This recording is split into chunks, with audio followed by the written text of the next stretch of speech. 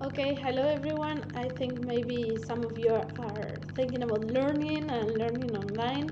So here some ideas. I've been quite inspired by a poet that is called Mary Oliver. She talks a lot about attention, and I believe that poetry, to some extent, obliged us to kind of stop. It's not like some other kinds of reading in which we can just skip to the important parts. Poetry, if we don't pay attention, probably we don't get it. And same happens with other forms of art. So learning takes time. Now I will use another artist, Yo-Yo Ma. But before that, getting back to Mary Oliver. This is taken from a book that is called Felicity, and the title of the poem is Don't Worry. Don't Worry by Mary Oliver. Things take the time they take. Don't worry. How many roads did St. Augustine follow before he became St. Augustine? So, sometimes we feel like we are lost and we cannot account for why we have done certain thing.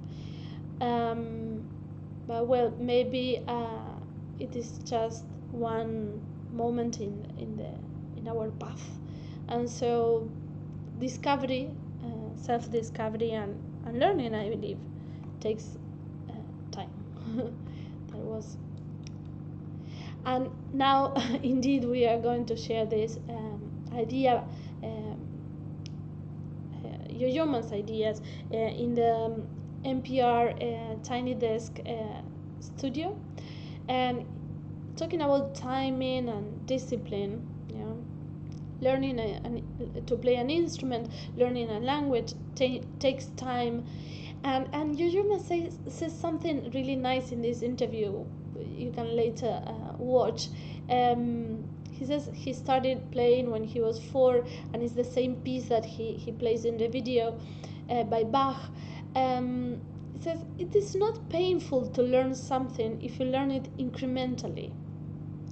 And I agree. I think that if we go slowly and we enjoy the process, um, that learning stays with us. It's like stronger, and it is not painful, which is like a great idea.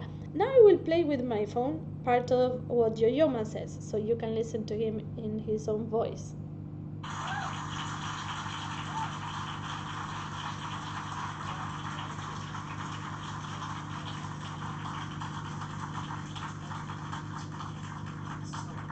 Believe it or not, this was the very first piece of music I started on the cello when I was 4 years old.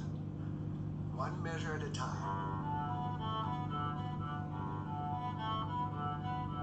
First day. Second day.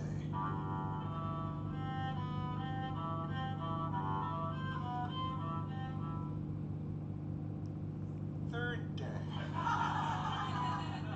You get the idea. Now, all of you do homework. Have done homework. Some days it's easier than others. Oh, I get same thing. Like yesterday, slightly different, right? So it's actually not painful to learn something if you do it incrementally. So Well, and here is the quote that I have shared. So, day one may seem exactly like day two, or day two may look or seem exactly like day one, but it's slightly different. Um, I hope we can all find that topic, that passion, right? And talking again about attention, Mary Oliver in the Poetry Handbook, um, she says, attention without feeling is only report. And of course, reports are necessary, sometimes in many different fields. But when we are talking about learning, and especially in education, so many times as teachers, they will say, oh, my students don't pay attention. Well, maybe what we are doing does not deserve attention, and of course, there are many other factors.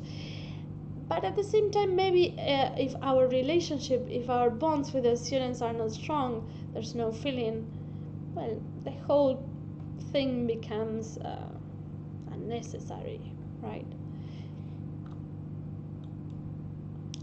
And now I believe we compete for attention with so many other things, so many other um, topics, and of course the media. Um, and this question of learning, we learn with our bodies, we are our bodies. The importance of the three-dimensional aspects. I highly recommend this series, which honestly I could only watch the first four episodes because it's so close to maybe our reality now that I cannot deal with it. But it's really interesting. It's a dystopian future that now doesn't sound as dystopian. Um, the name of the series is Years and Years by BBC, and you can watch it on BBC One. In this scene, a teenager is like coming out to her parents in terms of, um, she says, "I am transhuman," meaning she wants to directly transfer all her personality, all her ideas, and so on into a cloud, and well, kind of lose her body, which is terrible, right? And at the same time, nowadays that we spend so many hours online, I was thinking um, how perhaps how we can, in case our students do have access to well, the virtual environment, how do we at the same time ask them to explore um, different topics in their real environment? That's just a question. Well, and finally, I'd like for us to listen to Yoyoma in that very same concert I was talking about.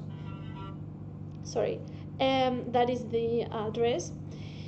And I mentioned Epistemology of the South by Dos Santos, Boaventura dos Santos, and of course the Pedagogy of the Oppressed with Freire.